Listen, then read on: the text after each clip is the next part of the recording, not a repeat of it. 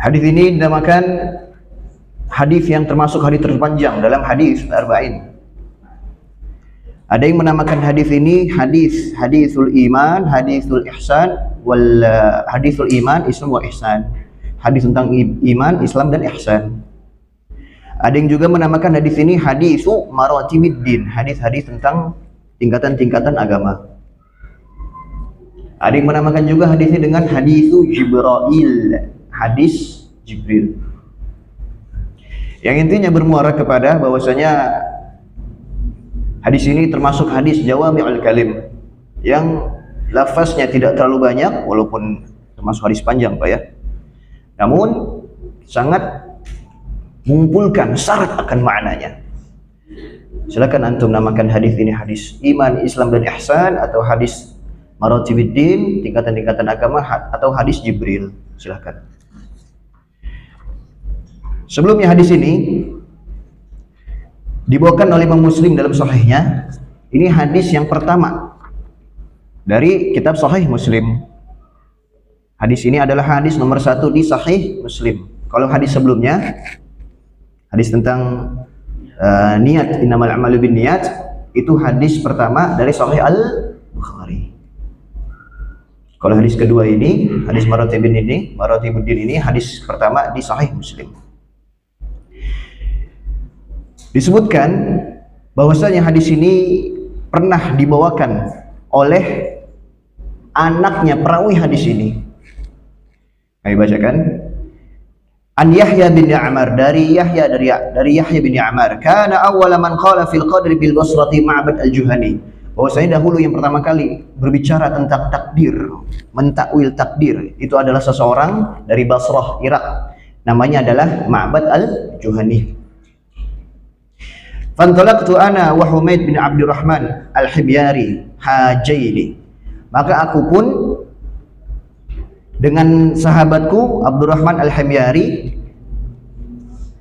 pergi untuk haji atau umrah. Faqulna, kami pun berkata, laulakina ahadan min ashabi Rasulullah sallam fasalna amma yaqul ahaula fil qadar. Kalaulah nanti ketika kami perjalanan, kami bertemu salah satu seorang sahabat dari kalangan sahabat Rasulullah SAW, dan kami tanya tentang takdir.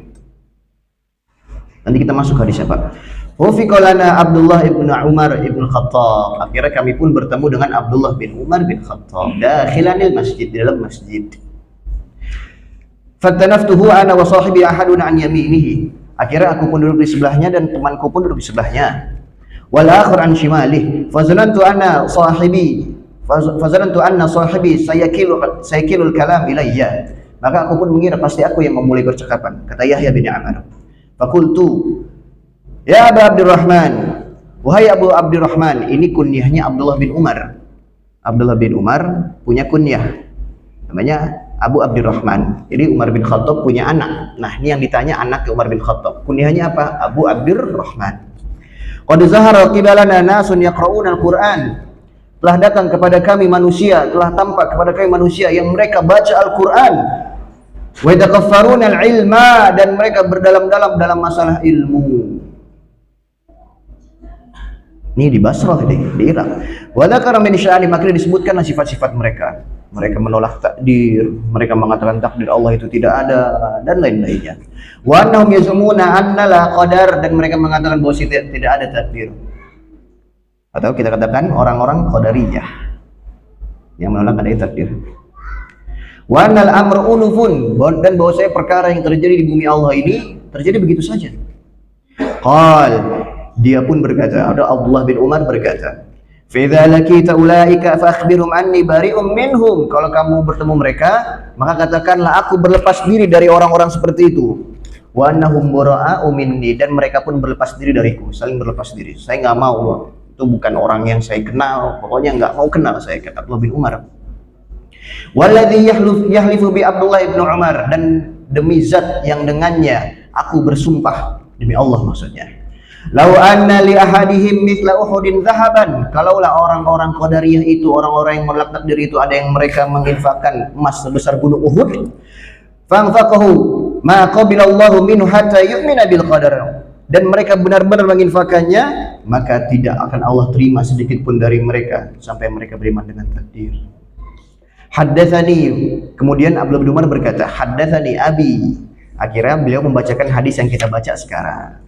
Haddatsani abi Umar bin Khattab, telah meriwayatkan kepadaku bapak kandungku Umar bin Khattab. Inilah hadis kita sekarang.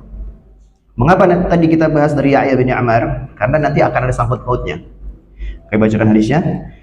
Bainama nahnu 'inda Rasulillah sallallahu alaihi wasallam dzata yaumin, ketika itu kami sedang berduduk dengan Rasulullah SAW di suatu hari. Ihtala alaina rajulun syadidu bayadhi thiyab, syadidu sawadi sya'r, la yura alaihi atharus safar. Tiba-tiba dari kejauhan datang seseorang yang bajunya putih sangat, yang hitam rambutnya itu sangat legam. Wala yura alaihi atharus safar. Dan anehnya orang ini nggak kelihatan pergi jauh dari jalan jauh. Wala ya'rifuhu minna ahad, dan nggak ada yang kenal. Ini aneh, Pak. Karena kalaulah orang ini pakaiannya bagus, kemudian rambutnya nggak kusut, berarti orang dekat, orang di sekitaran Madinah berarti. Otomatis kalau orang Madinah berarti banyak yang kenal. Namun anehnya rambutnya nggak kusut, bajunya nggak lusuh, tapi kita nggak ada yang kenal. Dibilang orang jauh bukan, dibilang orang dekat bukan. Makanya wala ya'rifu minna ahad, kita nggak ada yang kenal. Fasnada rukbatayhi ila rukbatayhi, maka dia pun menyandarkan lututnya kepada lutut Rasulullah sallallahu alaihi wasallam. Wa wada kaffaihi ala fakhidhihi, dan menaruh tangannya di atas pahanya, dalam riwayat di atas lututnya, bersimpuh selayaknya penuntut ilmu. Wa qala ya Muhammad, dan dia bertanya, wahai Muhammad. Oh, aneh di sini, Pak. Karena tidak ada yang berani memanggil Rasulullah sallallahu alaihi wasallam dengan nama Muhammad. Allah firman, wahai kalian, jangan jadikan panggilan-panggilan kalian, jangan jadikan panggilan Muhammad seperti Rasul itu seperti panggilan-panggilan diantara kalian. Tapi anehnya orang ini memanggil nama Muhammad dengan hei Muhammad. Tidak ada yang boleh manggil demikian kecuali satu, Jibril. Akhirnya dia pun bertanya kepada Rasulullah SAW, ya Muhammad, akhbirni anil Islam, beritakanlah aku tentang apa itu Islam. Akhirnya Rasulullah SAW pun menyebutkan rukun Islam yang kita kenal. Islam adalah syahadatu an la ilaha illallah, bersyahadat bahwa tiada Tuhan Allah, wa tuqimas shalah, dan kau mendirikan salat, wa tu'tiyaz zakah, dan kau menunaikan zakat, wa tasuma Ramadan, dan berpuasa Ramadan, wa tahujjal baita in istata'ta ilaihi sabila, dan engkau berhaji kalau kamu mampu kepada jalannya. Qala shadaqta, dia pun yang bertanya bilang, shadaqta, kamu benar. Lah, ini orang nanya dan membenarkan. Ya, kalau kita bilang ini orang nggak punya adab, datang manggil nama Rasulullah, hei Muhammad, Islam itu apa? Islam itu ini. Kamu benar. Coba bayangkan ada kajian begitu, Pak. Tiba-tiba ada orang datang sini, kita lagi kajian begini, ibad. Oh, siapa orang ini? Islam itu apa, Bad? Islam itu gini. Benar. Ah, aneh kita. Belum berhenti sampai sana. Dia pun bertanya lagi, akhbirni anil iman, fakhbir iman, beritakan aku kabar apa itu iman. Iman itu adalah rukun iman yang kita kenal. Antu'mina billahi wa malaikatihi wa kutubihi wa rusulihi wal yaumil akhir wa tu'mina bil qadri khairi wa syarrihi. Engkau beriman kepada Allah, malaikat, kitab, rasul, dan hari akhir, kemudian takdir baik dan buruknya. Dia pun bilang lagi, shadaqta, ya kamu benar. Qala fakhbirni anil ihsan, beritakan aku kabar apa itu ihsan. Qala anta abudallaha ka'annaka tarah fa illam takun tarah fa innahu yarak. Ihsan itu adalah engkau beribadah kepada Allah seakan-akan engkau melihatnya. Dan kalau kamu nggak bisa melihatnya, bayangkanlah dia melihatnya. Itu ihsan. Setelah itu, dia bertanya tentang hari kiamat. Fakhbirni anis sa'ah, kapan hari kiamat itu? Dan Rasul pun berkata, mal mas'ulu anha bi'alam minas sa'il. Tidaklah yang ditanya lebih tahu dari yang bertanya. Para sahabat makin deg-degan, Pak. Ini siapa orang ini? Berarti Rasulullah sedari awal tahu ini siapa, dan Rasulullah sedari awal tahu orang ini tahu semua jawaban apa yang ditanyakan kepada Rasulullah. Akhirnya dia pun menanyakan, "Fakhbirna amaratiha." Ya udah, tanda-tandanya apa? Qal antali dal amatu rabbataha. Seorang budak melahirkan tuannya. Wa antar hufatal uratal alata yatawaluna fil bunyan, dan kau melihat orang miskin nyeker yang telanjang, mereka saling lomba-lomba untuk meninggikan bangunan. Qala thumma intalaqa falabithtu maliyan, dan ketika setelah bertanya itu orang itu pergi tiba-tiba. Dan Umar bin Khattab pun diam sejenak. Malian itu agak lama, Pak. Ya, diam agak lama. Thumma qala li, akhirnya Rasul pun berkata kepada Umar, "Ya Umar, atadri man sa'il?" Wahai Umar, engkau tahu gak siapa yang bertanya itu? Kata Umar dan para sahabatnya, "Allah wa rasuluhu a'lam." Allah dan Rasul lebih tahu. Ini dalil, Pak, bahwasanya kita boleh mengatakan Allah dan Rasul alam kapan? Kalau Rasul masih hidup saja. Kalau sekarang kita ditanya, "Antum tahu gak hukum ini, Syekh?" Kalau antum gak tahu, bilang Allah alam. Gak boleh kita bilang Allah wa Rasul alam. Kenapa? Karena Rasul sudah meninggal.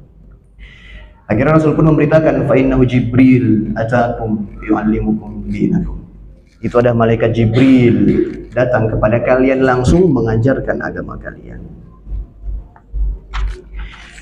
Saudara yang Allah muliakan, jika kalau kita perhatikan Abdullah bin Umar ketika ditanya oleh Yahya bin Amr tentang orang-orang dari Basrah yang menolak takdir, beliau membawa hadis ini.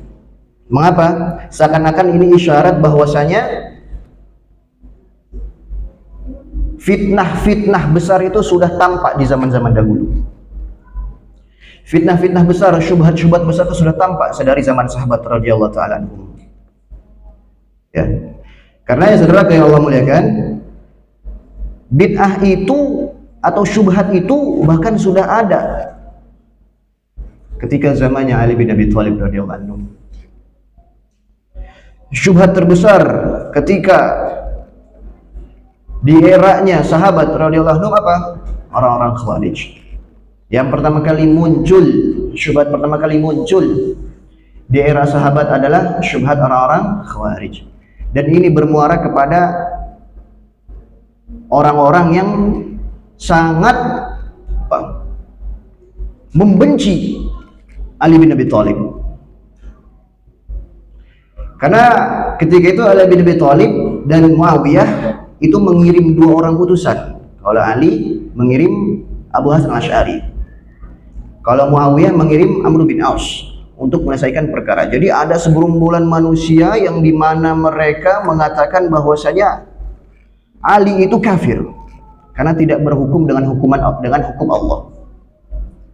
Karena Rasulullah SAW menyampaikan dalam hadis, "Yakhruju fi akhir zaman qaumun ahdathul asnan." Akan datang nanti di akhir zaman kaum hudatsaul asnan, yang mereka anak-anak kecil, anak-anak remaja, sufaha'u ahlam, orang-orang bodoh, orang-orang dungu. Yaquluna min khairi qaul, mereka kalau ngomong bagus omongannya. Yaqra'una al-Qur'an la yujawizu tarakhiyahum, mereka baca Quran namun Qur'annya itu hanya sampai ke kerongkongan mereka. Yamrukuna minal Islam muraqasah minar ramiyah, mereka keluar melesat dari agama Islam, keluar dari agama Islam halnya anak panah meninggalkan busurnya. Dan ini adalah maksudnya orang-orang Khawarij, saudara yang dimuliakan. Orang Khawarij itu muncul, ya, mereka adalah orang-orang yang sangat benci kepada Ali bin Abi Thalib. Bahkan diriwayatkan bahwasanya Ali bin Abi Thalib itu dibunuh oleh salah satu orang Khawarij. Nanti di sini ada kesangkut pautnya dengan hadis ini insyaallah. Diriwayatkan bahwasanya tanggal 17 Ramadan ketika itu orang paling berani dan paling celaka dari kalangan mereka Abdurrahman bin Buljam. Dialah orang yang dibenarkan oleh Rasulullah SAW bahwasanya Rasul pernah berkata kepada Ali, "Wahai Ali, engkau tuh akan dibunuh dan engkau akan ditusuk di sini nih, di kepala." Dan Rasul menunjuknya, di sini engkau ditusuknya. Benarlah 17 Ramadan setelah sholat subuh sebagaimana Ali bin Abi Thalib membangunkan manusia. As-shalah, as-shalah, as-shalah. Presiden Pak, khalifah itu. Keliling-keliling bangun-bangunin orang sholat. Sholat, sholat, sholat. Tiba-tiba ada seseorang, Abdurrahman bin Muljam ini. Abdurrahman bin Muljam itu adalah seorang khawarij. Orang khawarij itu bukan orang soleh. Sebentar Syekh. Orang khawarij itu mereka kalau baca Quran nggak pernah berhenti. Bahkan mereka kalau puasa 3 Pak. Mereka kalau puasa la yaqut, mereka nggak duduk kalau puasa. La yastazil, mereka nggak berteduh kalau puasa. La yantik, mereka kalau sekali berpuasa nggak ngomong. Dahsyat ibadahnya. Namun ternyata mereka terkena syubhat. Inilah bahayanya menghukumi dalil tanpa pemahaman para sahabat radhiyallahu anhum. Akhirnya singkat cerita, Abdurrahman bin Muljam pun berhasil membunuh Ali bin Abi Thalib. Ya. Ketika Ali bin Abi Thalib terbunuh dan dia tahu bahwasanya yang membunuh Abdurrahman bin Muljam, akhirnya dia dibawa, Ali bin Thalib dibawa ke rumahnya. Dan ketika dia sadar melihat Abdurrahman bin Muljam, dan Ali bin Thalib mengatakan, sungguh engkau telah mengkhianatiku. Semua orang muslim berbuat baik kepadamu, namun kenapa engkau membunuhku? Apa kata Abdurrahman bin Muljam? Inil hukmu illa lillah. Wahai Ali, hukum itu hanya milik Allah. Aku membunuhmu dan aku akan masuk surga. Subhanallah. Bayangin Pak. Bahkan dalam riwayat ketika Abdurrahman bin Muljam itu menusuk Ali kepalanya, ya, itu dia sambil melantunkan ayat Allah. Mu'minan nasi may yashri mu'minan nas may yashri. Dan dari kalangan manusia ada yang membeli ayat-ayat Allah. Dan ketika membunuh Ali bin Abi Thalib, dia membaca ayat inil hukmu illa lillah. Karena ya dahsyat sekali fitnah orang-orang khawarij ini, saudara yang Allah muliakan. Ya. Maksud kami menyampaikan ini, kenapa Ali bin Abi Thalib itu dibunuh oleh mereka? Karena mereka punya dendam kepada Ali bin Abi Thalib. Ketika peperangan Nahwan, itu banyak kalangan mereka yang terbunuh. Akhirnya mereka pun membalaskan dendamnya kepada Ali bin Abi Thalib. Ya. Diriwayatkan bahwasanya ketika Rasulullah SAW bersabda, maka sebaik-baik orang, idza dhahara alaihim qarnun, kalau kalian melihat orang-orang khawarij ini, maka bunuhlah mereka. Bayangin Pak. Kalau kalian melihat orang khawarij, bunuh mereka. Maka sebaik-baik manusia adalah yang membunuh mereka atau dibunuh oleh mereka. Karena diriwayatkan ketika Rasulullah SAW bersabda demikian, di Nahwan itu Ali bin Abi Thalib mengirim pasukannya untuk membunuh orang Khawarij, dan dari tanda-tanda orang Khawarij kata Rasulullah SAW itu tangan kirinya buntung dan ada telet besar, dan dari telet itu keluar rambut-rambut. Akhirnya Ali bin Abi Thalib menyuruh perangi mereka. Akhirnya dibunuh, ya. Setelah dibunuh, Ali bin Abi Thalib mengatakan, coba cari jenazah mayat yang lalat besar di tangan kirinya yang buntung, yang ada bulunya. Dicari-cari nggak ada. Khawatir Ali, wah jangan-jangan saya salah bunuh. Kata Talib, cari lagi coba. Dicari lagi, akhirnya benar ada, tertumpuk oleh jasad-jasad yang lain. Akhirnya beliau pun bersyukur memerangi orang yang benar. Dan karena inilah Ali bin Thalib dibunuh oleh Abdurrahman bin Muljam. Ya. Kemudian setelah Khawarij datang orang-orang yang terkena firqah syubhat yang lain. Setelah orang Khawarij datang orang-orang Syiah. Kalau orang Syiah ini oposisi dari Khawarij. Kalau orang Khawarij itu membenci Ali bin Abi Thalib. Kalau orang Syiah itu bahkan menuhankan Ali bin Abi Thalib. Syiah yang pertama kali muncul itu adalah Syiah Sabaiyah, yang mereka adalah orang-orang yang bahkan menuhankan Ali bin Abi Thalib. Oposisi dari orang Khawarij. Akhirnya setelah Ali bin Abi Thalib mengatakan, berpulanglah kalian, taubatlah kalian kepada Allah. Namun mereka nggak mau, tetap menuhankan, mendewakan Ali. Akhirnya Ali bin Abi Thalib pun menyuruh gubernurnya, Kumbar namanya, untuk menyalakan api yang besar agar mereka dibakar. Karena Ali berkata dalam atharnya, lamma ra'aitul amran munkara ajajtu nara wa da'utu kumbara. Ketika aku melihat perkara mereka sudah sangat besar, ya, aku memerintahkan untuk dibikin api, ya, dan aku manggil Kumbar untuk menyalahkannya. Akhirnya mereka pun dibakar, Pak. karena mereka mendewakan Ali bin Abi Thalib. Ini jelas kejadian ini sebelum matinya Ali bin Abi Thalib, ya. Sebelum dibunuhnya Ali bin Abi Thalib. Akhirnya mereka pun dibakar. Karena mereka dibakar, orang-orang Syiah Sabaiyah ini malah makin mendewakan Ali, menuhankan Ali. Itu bener kan Ali Tuhan? Bukannya yang boleh ngebakar itu cuman Tuhan. Kenapa kata Rasulullah, la yu'adzibu binnar illa rabbun nar. Tidak boleh mengazab dengan api kecuali Tuhannya api. Bener kan? Si Ali itu Tuhan, makanya ngebakar kita. Aneh ini pemikiran, Pak. Kayak ada orang misalkan tempatnya terkena gempa. Ketika mereka terkena gempa, waduh kita kena gempa nih, kayaknya sesajennya kurang ke gunung. Ngasih sesajen lagi. Kena tsunami, ada banjir bandang, waduh kita kena banjir nih, kayaknya sesajen kita untuk laut kurang. Kesesatan di atas kesesatan. Dan apa yang dilakukan Ali bin Abi Thalib itu keliru, namun perbuatannya benar. Maksudnya apa? Tidak boleh seseorang itu membakar. Makanya hukuman dengan membakar itu tidak boleh, Pak. Atau hukuman dengan listrik itu nggak boleh. Kalau dalam Islam itu i'dam, bisa dipotong kepala langsung. Nggak boleh kita mengazab, apalagi dengan api, karena nggak boleh mengazab dengan api kecuali Tuhannya api, Allah maksudnya. Ya. Dan apa perbuatan Ali ini benar, membunuh orang yang murtad itu benar. Apa kata Rasulullah? Man baddala dinahu faqtuluh. Barang siapa yang meninggalkan agamanya setelah dinasihati, maka bunuhlah mereka. Sebab dengan hadis yang lain bahwasanya tidak halal darah seorang muslim kecuali dari 3 hal. An-nafsu bin nafsi, orang yang membunuh dibunuh lagi, qisas. Yang kedua, as-sayyib az-zani, orang tua yang sudah berzina. Yang ketiga, at-tariku lidinihil mufarikul jamaah, orang yang meninggalkan agamanya. Perbuatan Ali benar, namun diingkari oleh Ibnu Abbas karena dia menggunakan api untuk membunuh. Ya. Karena ya saudara yang Allah muliakan, syubhat-syubhat ini sangat besar. Imam Az-Zahabi pernah mengatakan bahayanya kita memahami hadis, memahami ayat tanpa pemahaman para sahabat. Beliau mengatakan al-qulubu dhaifah wasyubhatu qattafah. Hati kita itu lemah dan syubhat itu menyambar-nyambar. Setelah datang kaum orang-orang Syiah, datanglah orang setelah itu Qadariyah, dan ini yang kita bicarakan sekarang. Qadariyah itu berpulang kepada sahabat Ma'bad al-Juhani di Basrah. Orang-orang Qadariyah ini apa? Mereka adalah orang-orang yang mengatakan takdir Allah itu tidak ada. Allah itu nggak menciptakan takdir.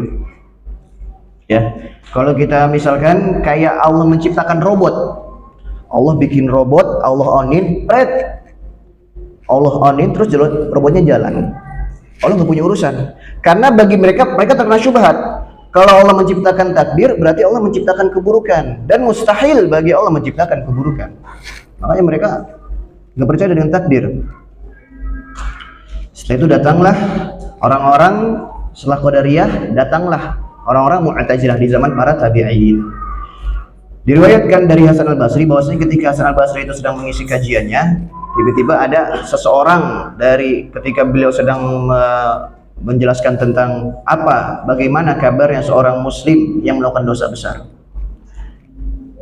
Hasan al-Basri mengatakan Allah bisa mengampuninya selama belum kufur. Ada salah satu murid namanya Wasil bin Atha.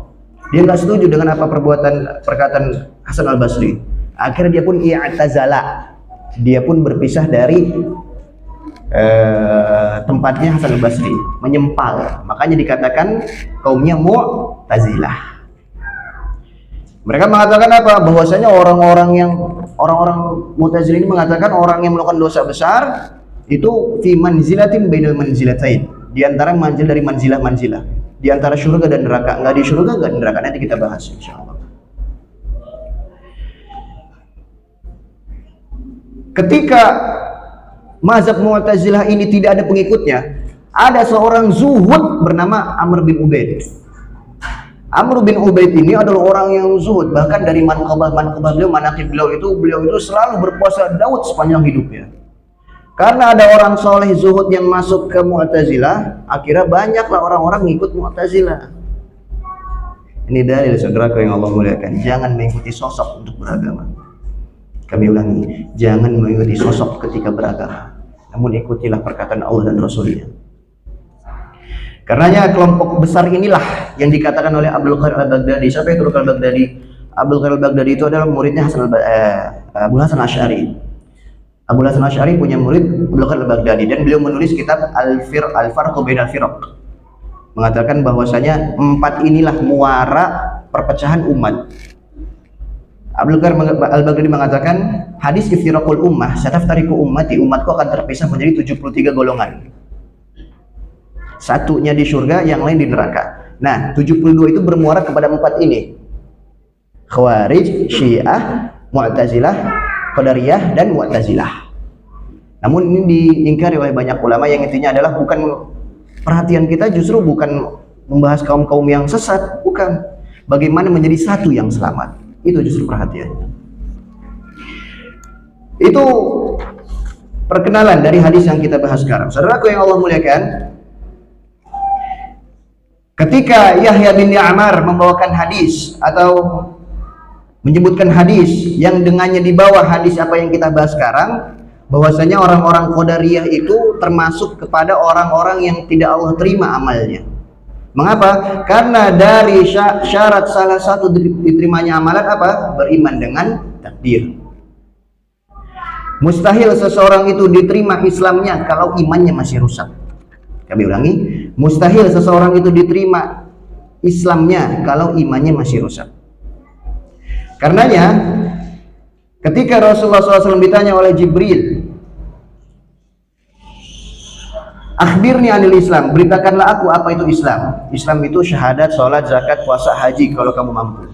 Dan ulama sepakat Islam itu mencangkup ibadah-ibadah lahir, ibadah-ibadah zahir. Syahadat, zahir, sholat, zahir, zakat, semuanya zahir. Dan level yang lebih tinggi daripada Islam apa? Ya, iman. Iman itu mencakup ibadah-ibadah batin. Karena saudaraku, ketika Rasulullah SAW mengurutkan ini, berarti itu ada pembedaan. Rasulullah SAW membedakan antara Islam dan iman. Beliau pun sendiri membedakan antara Islam dan iman. Saksikan Pak, kalau antum membaca sebuah kitab atau ada ayat atau ada hadis yang mengatakan Islam itu disebutkan secara sendiri atau iman itu disebutkan secara sendiri, maka artinya itu sama. Kalau dia disebutkan secara bersamaan, maka artinya beda. Bedanya gini Pak, idza ijtama'a iftaraqa wa idza iftaraqa ijtama'a. Kalau disebutkan secara bersamaan, maka artinya beda. Kalau disebutkan secara berbeda, artinya sama. Antum paham kan? Iya. Kalau disebutkan dalam satu konteks, disebutkannya bareng gitu, ya. Orang Islam atau orang beriman. Kalau disebutkan dalam satu konteks, berarti artinya beda. Contohnya, ketika Allah Subhanahu wa taala firman dalam surah Al-Hujurat ayat 14. Apa kata Allah? Qalatil Arabu amanna. Orang-orang Arab mengatakan, kita telah beriman. Qul lam tu'minu walakin qulu aslamna. Dalam satu ayat Allah menyebutkan iman dan Islam dalam satu ayat. Orang-orang Arab mengatakan kita telah beriman.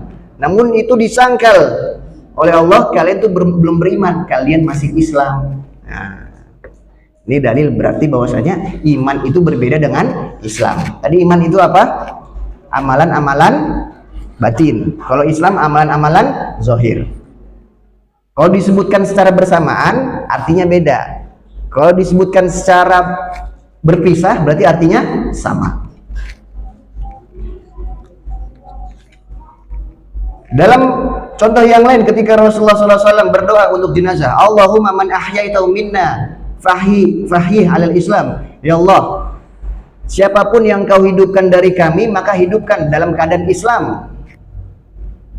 Wa man tawafaitau minna fatawaffahu alal iman. Dan kalau engkau matikan, maka matikanlah di atas iman. Rasul menyebutkan Islam dan iman secara bersamaan, berarti artinya beda di sini. Kalau disebutkan secara berbeda, dipisah, artinya sama. Contohnya apa? Ketika Rasulullah ketika Allah Subhanahu wa taala firman, "Rabbi qad ataitani minal mulki wa 'allamtani min ta'wil ahadits." Ketika Nabi Yusuf berdoa, "Ya Allah, Engkau telah memberikanku kerajaan dan kau telah mengajarkanku takwil ahadits, cara mentakwil semua bahasa. Fatiras samawati wal ard anta wali, engkaulah pencipta langit dan bumi, engkaulah Tuanku, fid dunya wal akhirah, tawaffani muslimah, matikanlah aku di atas Islam. Mungkinkah seorang nabi hanya ingin sampai ke derajat Islam? Di sini Allah nggak menyebutkan iman. Kalau nggak disebutkan iman, berarti artinya kalau disebutkan Islam secara sendiri, berarti artinya iman. Sama. Ya.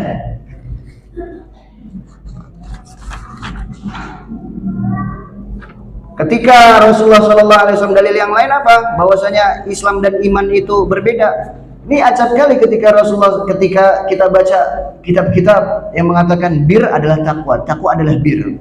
Wa ta'awanu 'alal birri wat taqwa. Bir adalah takwa, takwa adalah bir. Namun kalau disebutkan secara bersamaan itu beda, Pak. Ketika Allah firman wa ta'awanu 'alal birri wat taqwa.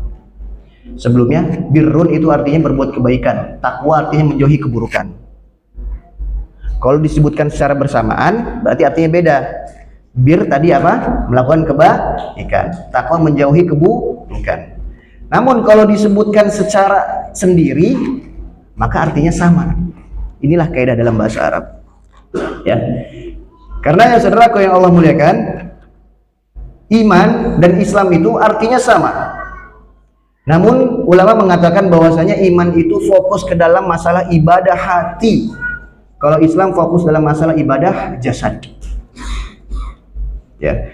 Kemudian beliau menegaskan tentang ihsan. Ditanya tentang ihsan.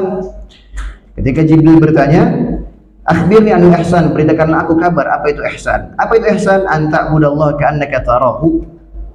Engkau beribadah kepada Allah seakan-akan engkau melihatnya. Kalau kamu nggak bisa, bayangkanlah dia yang melihatmu. Saudara yang Allah muliakan, ini adalah tingkatan tertinggi. Jadi kalau kita pengen levelin, Pak, Muslim, kalau dia sudah bisa menguasai keislamannya, mukmin. Kalau dia sudah naik level lagi, muhsin. Kalau ingin kita katakan, semua orang muhsin itu pasti mukmin dan muslim. Semua orang mukmin itu pasti muslim. Tapi enggak semua orang muslim itu mukmin dan muhsin. Bagaimana kita bisa menghadirkan ketakutan kita kepada Allah ketika beribadah?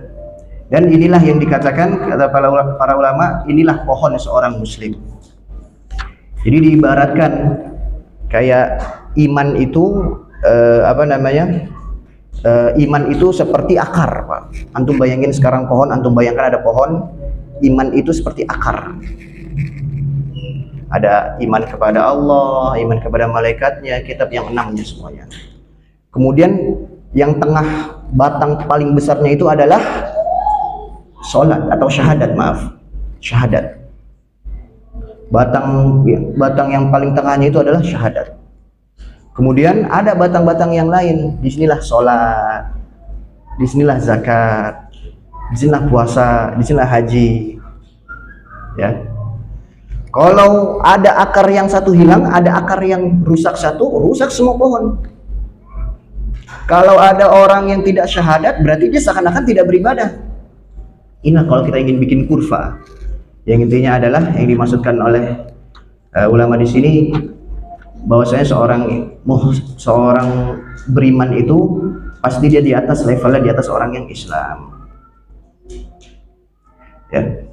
Kemudian saudara yang Allah muliakan, ketika Rasulullah SAW bersabda, "Anta budallah ka'annaka tarahu," engkau beribadah kepada Allah seakan-akan engkau melihatnya. Seakan-akan, ini dalil saudara yang Allah muliakan bahwasanya kita mustahil untuk melihat Allah. Kita tidak bisa melihat Allah. Di dunia kita mustahil untuk melihat Allah. Karenanya dalam surah Al-A'raf ayat 143 Allah firman, "Falamma tajalla rabbuhu lil jabal jalhu dakka wa kharra Musa sa'iqa." Dan ketika Musa itu ingin melihat Rabbnya dan Allah memperlihatkan cahayanya, tiba-tiba gunung itu pecah. Padahal Musa kuatnya bukan main. Membunuh satu orang dengan sekali pukulan, menonjok batu sampai sekarang bekasnya masih ada. Namun hanya karena melihat cahaya Allah saja pingsan. Makanya Rasul bersabda di sini, "Ka'annaka," seakan-akan engkau melihat. Ini dalil, Pak, bahwasanya seorang itu tidak akan pernah bisa melihat Allah di dunia. Kita akan melihat Allah di akhirat sana. Amin Allahumma amin. Ketika Rasulullah SAW dinaikkan oleh Allah di peristiwa Isra dan Mi'raj, para sahabat bertanya, "Ya Rasulullah, hal ra'aita rabbak? Apakah engkau melihat Allah?" Apa kata Rasulullah? "Nurun anna ara." Bagaimana aku bisa melihatnya sedangkan ada cahaya yang sangat dahsyat menghalanginya. Allah itu tidak bisa dilihat kecuali nanti di surga sana. Berbeda dengan keyakinan orang-orang Mu'tazilah. Kalau orang-orang Mu'tazilah mengatakan Allah itu nggak bisa dilihat. Allah itu nggak bisa dilihat, ya, karena mereka menafikan zatnya Allah. Dan ini keyakinan yang sangat keliru, Pak. Allah Subhanahu wa ta'ala firman, "Lilladzina ahsanul husna wa ziyadah." Orang-orang yang berbuat baik akan diberikan surga dan tambahan. Tambahan dari surga itu apa? Bukankah puncak segala kenikmatan adalah surga? Tambahan ini maksudnya adalah melihat wajahnya Allah Subhanahu wa ta'ala. Ada lagi orang-orang Asy'ariyah. Orang Mu'tazilah itu mengatakan tadi apa? Kita nggak bisa melihat Allah secara mutlak, nggak bisa. Datang orang-orang Asy'ari, orang Asy'ariyah. Mereka mengatakan Allah bisa dilihat, tapi nggak pakai arah. Allah bisa dilihat, tapi nggak pakai arah. Itu gimana, Pak? Melihat, tapi nggak pakai arah. Bukan kalau melihat harus muwajahah. Antum melihat sesuatu pasti ada arahnya kan? Itu di sini ada kamera, di sini itu ada kipas, ada arahnya. Mereka tuh pengen ngikutin Mu'tazilah, tapi mereka malu. Makanya kata para pakar akidah, al-Asy'ariyah mukhannathatul Mu'tazilah. Orang-orang Asy'ariyah itu banci-bancinya orang Mu'tazilah. Mereka pengen bilang Allah nggak bisa dilihat, tapi mereka malu, Pak. Ada cerita Ustaz Firanda dari Zafirullah ketika mengajarkan kami tentang orang-orang Asy'ariyah, firaq-firaq, kelompok-kelompok yang sesat ini. Ada seorang dai Asy'ariyah mengatakan kepada jemaahnya, Allah itu nggak bisa dilihat, karena Allah kalau bisa dilihat berarti Allah punya sifat yang baru. Allah nggak boleh punya sifat yang baru. Sifat Allah tuh hanya 20. Wujud, qidam, baqa, itu bagi mereka itu. Nggak boleh Allah bisa dilihat. Tiba-tiba ada anak kecil, "Syekh, saya mau nanya." "Ya, silakan." "Tadi kata antum apa? Allah nggak bisa dilihat." "Iya, Allah nggak bisa dilihat." "Jemaah," kata syekhnya, "kita angkat tangan kita. Semoga syekh ini benar-benar nggak bisa ngelihat Allah."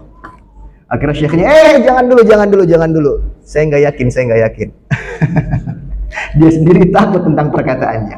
Maksudnya apa, Pak? Fitrah mereka pun menolak. Karena ya saudara yang Allah muliakan, pohon agama Islam ini, iman ini, ihsan ini saling melengkapi. Ya, tadi kalau kita ibaratkan iman itu seperti akar, dan batang terbesar adalah syahadat. Ada batang-batang yang lain, sholat, zakat. Adapun buahnya, daun-daunnya itu amalan-amalan yang lain. Ya, kemudian saudara yang Allah muliakan, kita nggak membahas tentang rukun iman kepada malaikat, itu bahasa sendiri ya. Rukun Islam setelah ini insya Allah hadis ketiga akan kita bahas tentang rukun Islam. Hadis kedua ini kita bahas tentang secara globalnya saja. Pengaruh dosa besar terhadap keimanan seseorang. Bagaimana pendapat para ulama tentang dosa besar yang dilakukan oleh seorang muslim? Tadi kita katakan bahwasanya orang itu akan dikatakan diterima amalnya jika ada rukun imannya. Mengapa tadi Yahya bin Ammar di hadis di atas yang kami bawakan, ketika beliau didatangi seseorang dari Basrah, ada yang mengatakan bahwa tidak ada takdir, beliau membawakan hadis Umar bin Khattab. Mengapa? Dalil bahwasanya rukun Islam harus dibangun di atas rukun iman.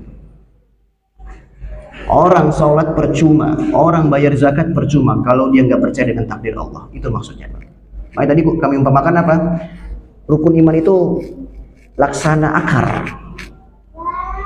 Kalau nggak ada akar, gimana mau tumbuh pohon? Kemudian pengaruh dosa besar terhadap keimanan seseorang. Bagaimana pengaruh dosa besar terhadap keimanan seseorang? Misalkan ada seorang muslim, ada seorang mukmin yang melakukan dosa besar, berzina atau minum khamr, dosa besar ya. Kalau orang-orang Khawarij, mereka mengatakan bahwasanya pelaku dosa besar itu mukhalladun finnar, langsung masuk ke neraka dan kekal dalam neraka, orang-orang Khawarij. Dan ini adalah pendapat yang keliru. Makanya orang-orang Khawarij itu bermudah-mudah, Pak, mengkafirkan orang lain. Ini kafir, ini kafir, kafir, kafir, kafir. Dalilnya apa? Mereka membunuh Ali bin Abi Thalib. Antum tahu ketika Abdurrahman bin Muljam itu dibunuh, bagaimana ceritanya? Abdurrahman bin Muljam itu membunuh menantunya Rasulullah SAW. Bayangkan, membunuh keponakannya Rasulullah SAW, Ali bin Abi Thalib. Pertanyaannya, apakah Abdurrahman bin Muljam si Khawarij ini setelah membunuh Rasulullah SAW dia itu menyesal? Demi Allah, sekali-kali tidak. Diriwayatkan ketika Kumbur ingin, atau al-gojoknya Ali bin Abi Thalib itu ingin mengkisos, membunuh Abdurrahman bin Muljam ini, ya, dia berzikir dengan zikir-zikir, bertasbih dengan tasbih yang sangat banyak. Ketika ingin dipotong tangannya, ingin dipotong tangannya, bertasbih dia. Ketika ingin dipotong kakinya, bertasbih dia. Kenapa? Karena orang ini melakukan kerusakan. Orang-orang yang melakukan kerusakan di bumi apa? Dipotong tangan dan kakinya, selang-seling. Innama jazaa'ul ladzina yas'auna fil ardi fasada. Orang-orang yang menginginkan keburukan di muka bumi, dipotong tangan dan kakinya min khilaf. Dipotong tangan kanan, kaki kiri. Ketika dipotong tangan kanan, kaki kiri, biasanya tasbih dia, bayangin. Antum bayangin, Pak, ada orang dipotong gitu tapi tasbih, subhanallah, subhanallah, subhanallah. Ini jangan-jangan kita kalau melihat orang begitu, kita katakan apa? Ini yang salah yang motong kayaknya. Tapi kalau kita katakan yang salah yang motong, berarti Ali bin Abi Thalib salah dong. Syubhat mereka besar. Hati-hati dengan syubhat. Silakan azan dulu, Pak. Kita lanjutkan.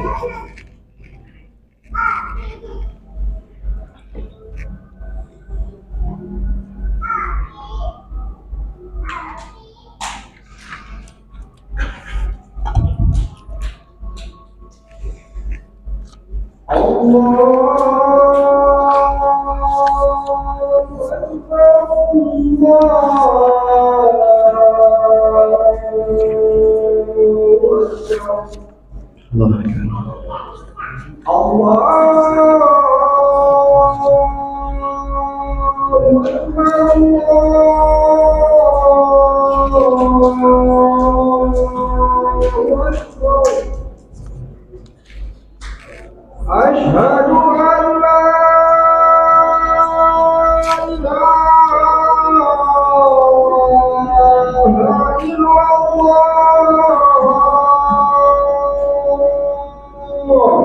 an la ilaha illallah. Asyhadu an la ilaha illallah.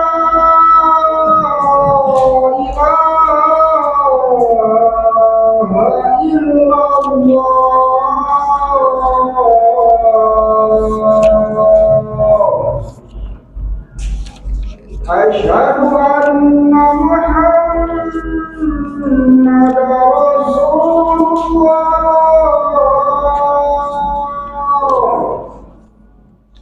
Asyhadu anna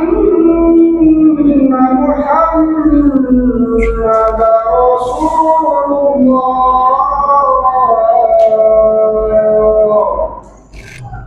Hayya 'alas shalah.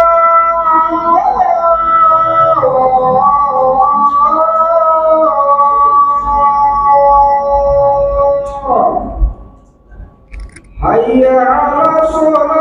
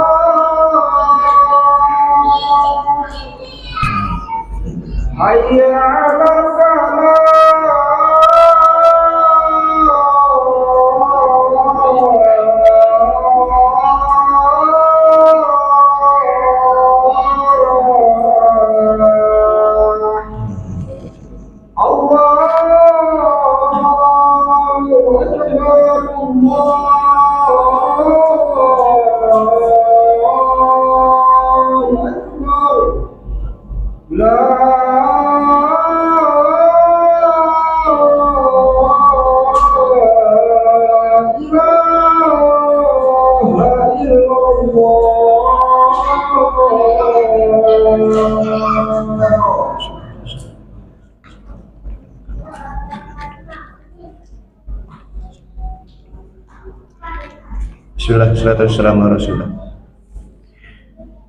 Ketika Abdurrahman bin Muljam berhasil membunuh atau ingin dikisos, ingin dibunuh lagi oleh gubernurnya Ali, al-Ghaljunya Ali bin Abi Thalib. Dipotong tangannya bertasbih dia. Dipotong kakinya bertasbih dia. Saking kuatnya syubhat yang dia miliki, saudara yang Allah muliakan.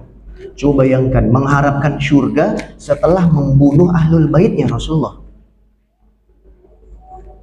Mengharapkan surga setelah menumpahkan orang kesayangan Rasulullah SAW.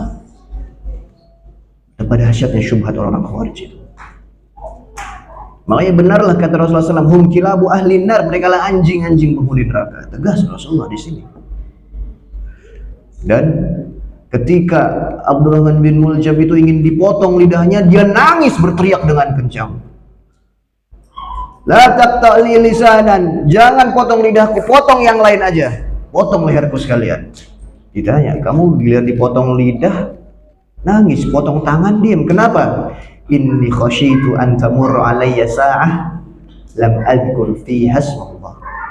Aku khawatir kalau dipotong lidahku ini lewat 1 detik aku nggak berzikir kepada Allah. Coba antum bayangin Pak, ada orang ngomong begitu. Kira-kira orang yang nggak punya keimanan kuat kena syubhatnya Abdurrahman bin Muljam ini yang benar yang mana? Namun konsekuensinya apa? Kalau kita katakan Abdurrahman bin Muljam benar, berarti Ali salah. Waliyadzubillah. Dan itu lebih mustahil. Diriwayatkan ketika Abdurrahman bin Muljam ini ingin berangkat, ya, dia mengajak seorang pemuda ahli ibadah juga, namanya Syabib bin Barjah. Syabib bin Barjah ini ketika sedang beribadah, ada Abdurrahman bin Muljam. Diajak oleh Abdurrahman bin Muljam, ayo kita bunuh Ali bin Abi Thalib. Dia nggak mau. Akhirnya didoktrin oleh Abdurrahman bin Muljam. Kita akan masuk surga, kita akan begini, kita akan begini. Ali itu sudah kafir. Akhirnya dia pun mau ikut apa yang ingin dilakukan oleh Abdurrahman bin Muljam. Syabib bin Barjah ini pun berhasil juga menusukkan pisaunya di lehernya Ali bin Abi Thalib. Maksud kami mencintakan saudara yang Allah muliakan, hati-hati memilih teman. Abdullah bin Sirin, seorang tabi'in, pernah mengatakan, inna hadzal ilma ladinun fanzuru amman ta'khudhu dinakum. Agama ini ya tergantung dengan teman kalian. Maka lihat kepada siapa kalian berteman. Hati-hati Pak, syubhat itu sangat bahaya. Ya, diriwayatkan bahwasanya Umar bin Khattab waktu itu sedang bawa Taurat di tangannya. Akhirnya Rasulullah SAW memukul tangannya Umar bin Khattab. Wah, apakah kalian ragu terhadap Al-Quran yang aku bawa? Rasul pun mengatakan, fawallahi demi Allah, lau kana Musa hayyan, kalaulah Nabi Musa masih hidup, ma wasi'ahu illa tiba'i, tidaklah dia boleh melakukan kecuali mengikuti ajaranku. Ayyub As-Sikhtiyani ketika beliau ngobrol dengan orang-orang pelaku bid'ah, orang pelaku bid'ah ini pengen menyampaikan ayat Pak, pengen menyampaikan ayat Allah, langsung tutup kuping dia. Ayub, ini ayat, aku nggak mau mendengar syubhat yang kau sampaikan. Hatta walaupun ayat, cuman 1 ayat, walau binisfi ayat, walaupun setengah ayat aku nggak bakal mau. Hati-hati syubhat Pak. Orang-orang Khawarij itu orang yang soleh, namun mereka tersesat dari jalan Allah, mengkafirkan semuanya.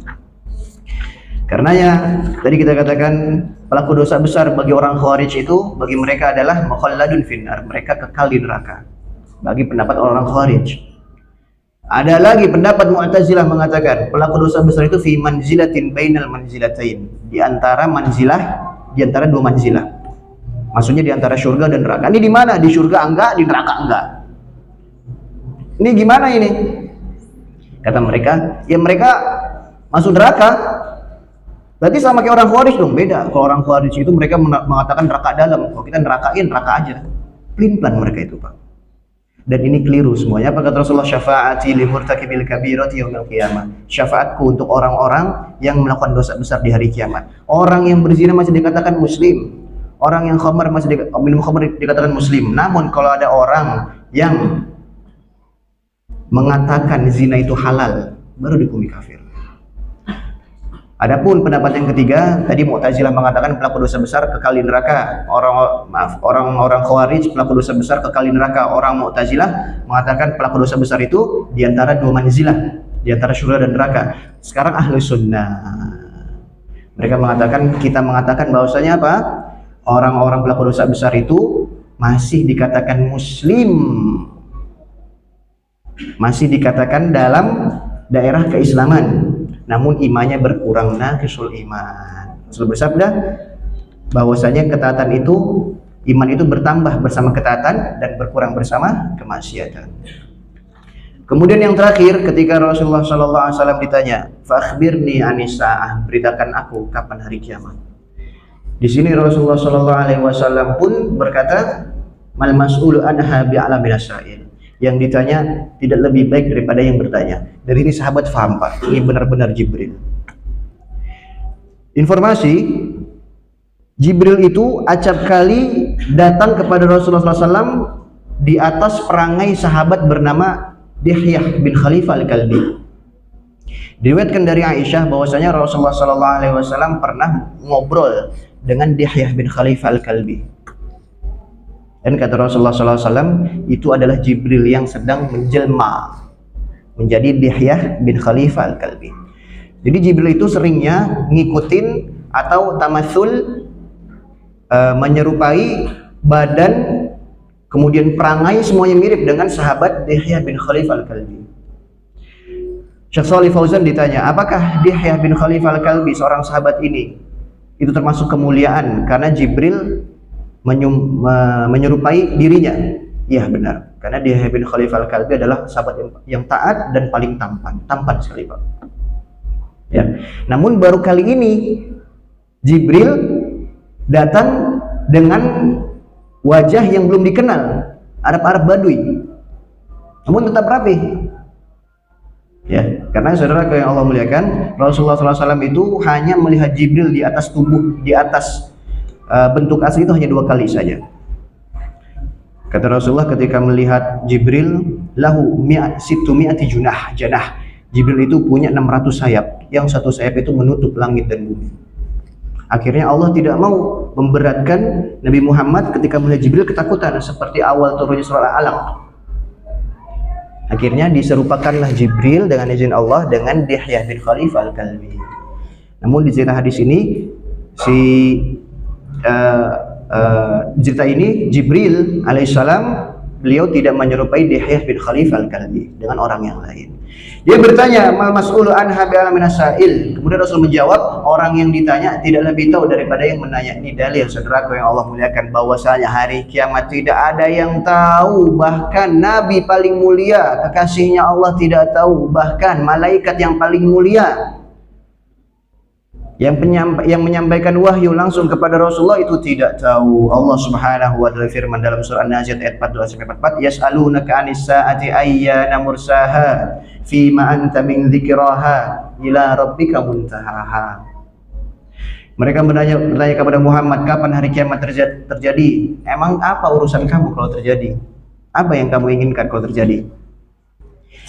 Sesungguhnya untuk menyebut itu, sesungguhnya itu hanya dalam ilmu Rabbmu. Allah berfirman dalam surah Luqman ayat 34, innallaha 'indahu 'ilmus sa'ah, hanya Allah lah yang mengetahui kapan hari terjadi kiamat. Ya, benar pada dalam hadis yang sahih bahwasanya Rasul bersabda hari kiamat itu terjadi di hari Jumat. Itu benar, ya. Hari kiamat terjadi hari Jumat. Hari Jumat itu kiamat terjadi, diciptakan Nabi Adam, Adam dikeluarkan, matinya Nabi Adam. Itu benar. Namun Jumat yang mana tidak ada yang tahu. Sungguh telah banyak para ulama yang salah mengatakan ini. Contohnya siapa? Imam Ibnu Jarir At-Tabari. Antum tahu Imam Tabari? Ibnu Jarir At-Tabari, tafsir, induk tafsir. Beliau mengatakan kiamat itu terjadi 500 tahun Hijriyah. Sekarang sudah 1400-an. Ini dalil bahwasanya ulama-ulama terdahulu juga salah. Imam As-Suyuti juga mengatakan menerka-nerka kapan kiamat itu terjadi. Namun intinya kiamat itu tidak ada yang tahu terjadi kecuali Allah Subhanahu wa taala. Sungguh sedih Pak kalau kita dengarkan banyak ustaz-ustaz. Dibilang ustaz akhir zaman mungkin bahasanya. Kalau kajian dia itu orang-orang kalau habis kajian dia itu bukan takut sama Allah, takut sama kiamat doang.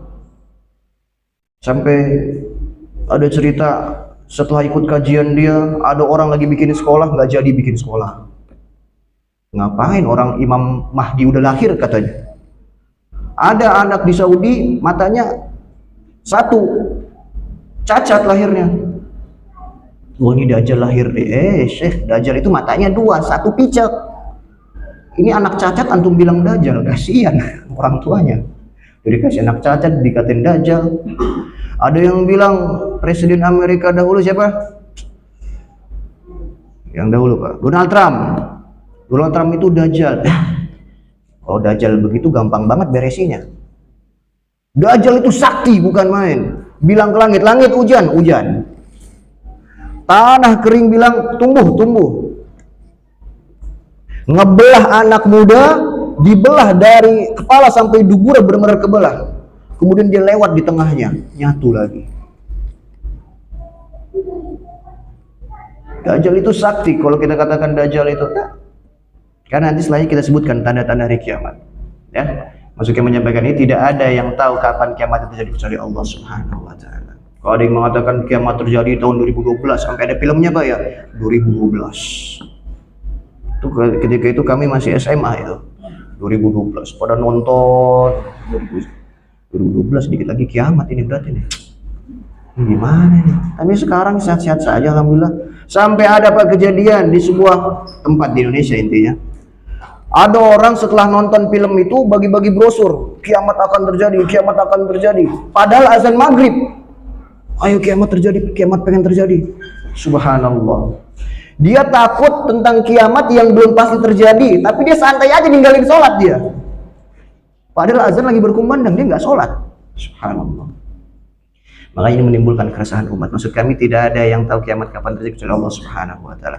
Dan akhirnya Rasulullah SAW ditanya tentang hari kiamat. Dan tidak ada yang mengetahuinya kecuali Allah. Dan beliau berkata di sini, dan beliau mengatakan amarah-amarah atau alamat-alamat tanda kiamat. Yang pertama adalah turunnya Nabi Isa. Ini tanda besar Pak ya. Tanda besar hari kiamat, turunnya Nabi Isa, munculnya Dajjal, terbit matahari di sebelah barat atau terbit matahari dari terbenamnya, kemudian ada binatang yang berbicara, kemudian muncul Imam Mahdi. Dan ini semuanya kami kira belum ada yang terjadi Pak. Ada artikel mengatakan Imam Mahdi udah lahir. Ngeri banget kalau Imam Mahdi udah lahir Pak. Ya. Yang kalau mudahnya biasanya kata para ulama tanda-tanda kiamat besar itu terjadi di langit. Coba antum lihat, turun Nabi Isa, turun. Matahari terbit dari terbenamnya, terbalik. Ya kan? Biasanya dukhan.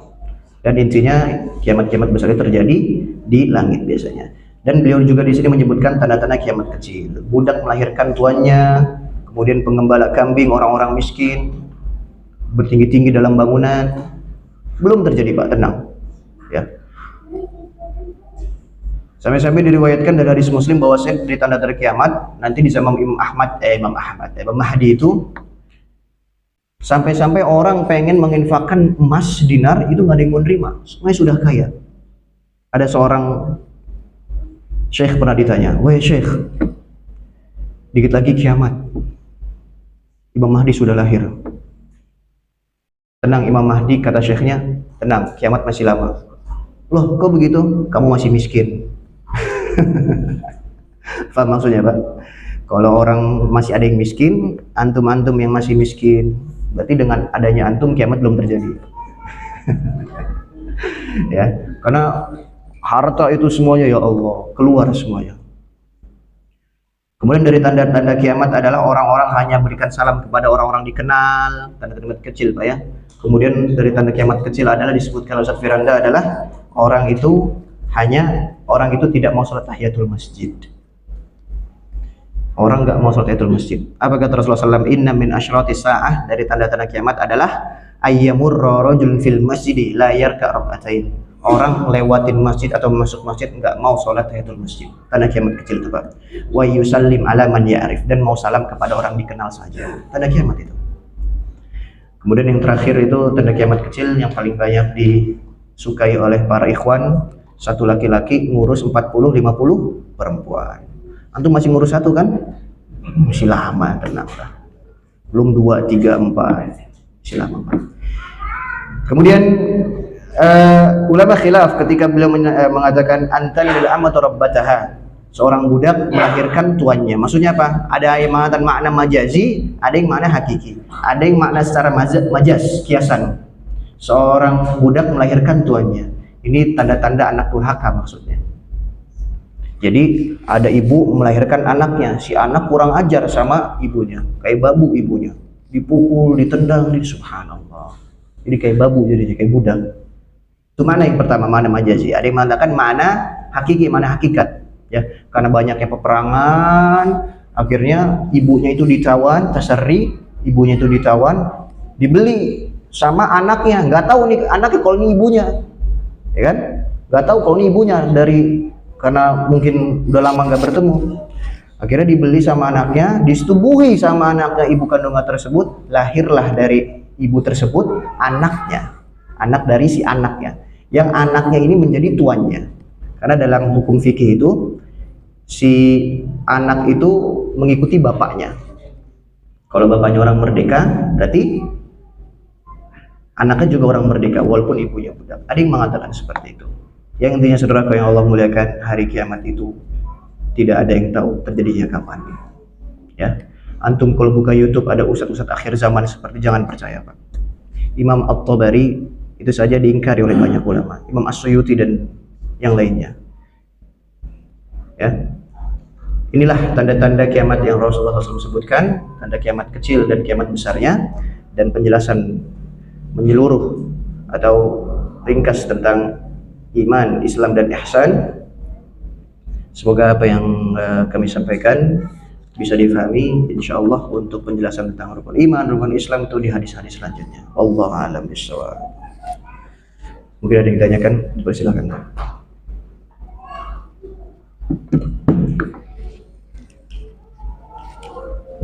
Fadlan.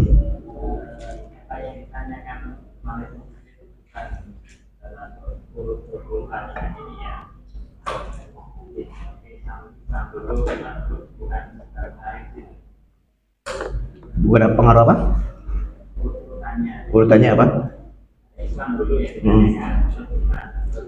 Ya.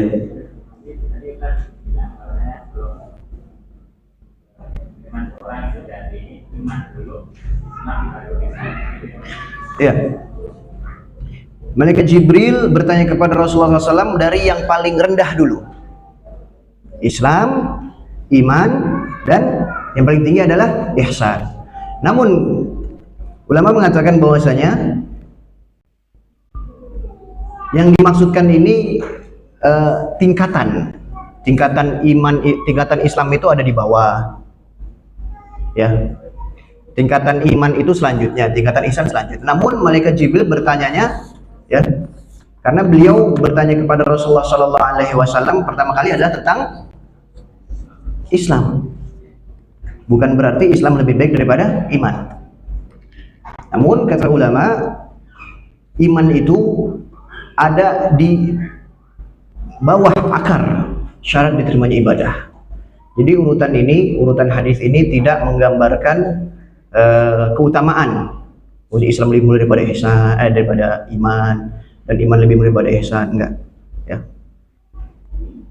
Tapi yang intinya adalah para ulama fuqaha mengatakan bahwasanya iman itu didahulukan karena tadi hadis dari Ya'mar, ketika ada seseorang yang kalaulah demi Allah, kalau ada dari mereka yang menginfakkan emas sebesar gunung Uhud, maqabila minhum hatta yu'mina bil qadar, demi Allah nggak akan menerima mereka, infak mereka, sampai mereka beriman kepada takdir. Dalil bahwasanya iman itu lebih penting daripada Islam. Wallahu a'lam bishawab. Tafadhal, silakan. Yang lagi Pak. Atau ibu, tafadhal. Kalau kita ingin tahu itu khawarij cuma seseorang terkata khawarij atau khawarij, cara kita memilahnya. Cara memilah. Kalau kita kan itu khawarij atau gimana kita dipikir khawarij ya itu cara mengetahui gimana? Syekh Islam Ibnu Taimiyah beliau mengatakan kita nggak boleh mentakyin seseorang. Antum Khawarij, antum Mu'tazilah, antum Syiah, nggak boleh. Ya. Namun kalau terdapat di sifat mereka sifat orang-orang Khawarij, kita katakan kamu telah melakukan sifat-sifat orang Khawarij. Tapi kita nggak boleh mentakyinkan, nunjuk itu Pak. Ya. Kapan orang itu dikatakan Khawarij? Orang Khawarij yang paling parah itu Qaidiyah. Orang Qaidiyah itu adalah mereka yang mencela pemerintah. Kata para ulama ini adalah Khawarij yang paling rusak Pak. Dikatakan Qaidiyah yang pertama karena mereka duduk, kalau ada yang duduk dan kerjanya mencela pemerintah dari rumah. Ini pemerintah nggak bener, jelek pemerintah. Ada yang mengatakan karena mereka ke pemimpin, mereka langsung mencela pemimpin. Inilah Khawarij yang paling parah.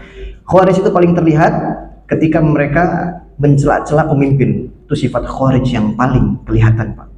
Bahkan kata para ulama ini sifat Khawarij yang paling busuk ini. Kalau ada orang mengatakan dosa besar ini, itu orang Khawarij juga, tapi nggak sampai ke derajat Khawarij yang ini. Ya, dan itulah madhabnya atau manhajnya Abdurrahman bin Muljam menjelekan Ali bin Abi Thalib, bahkan saya menghalalkan darah para pemimpin. Ya, itu sifat Khawarij yang paling kelihatan. Allah a'lam bishawab. Baik, cukup Pak. Itu saja yang bisa kami sampaikan. Ya. Terakhir kami sampaikan perkataan Imam Az-Zahabi, "Asy-syubhat al-qulubu dha'ifah wa syubhatu qattafah." Zaman sekarang itu apa lagi Pak? Banyak syubhatnya. Dan kata beliau, hati kita itu lemah dan syubhat itu banyak sekali menyambar-nyambar. Hati-hati memilih teman, hati-hati memilih guru, hati-hati memilih ustaz. Ya, hati kita itu sangat lemah Pak. Syubhat-syubhat zaman sekarang sangat amat banyak. Kalaulah orang dengan batu ajaibnya saja dicemplungin ke air, banyak orang yang ngikutin dia.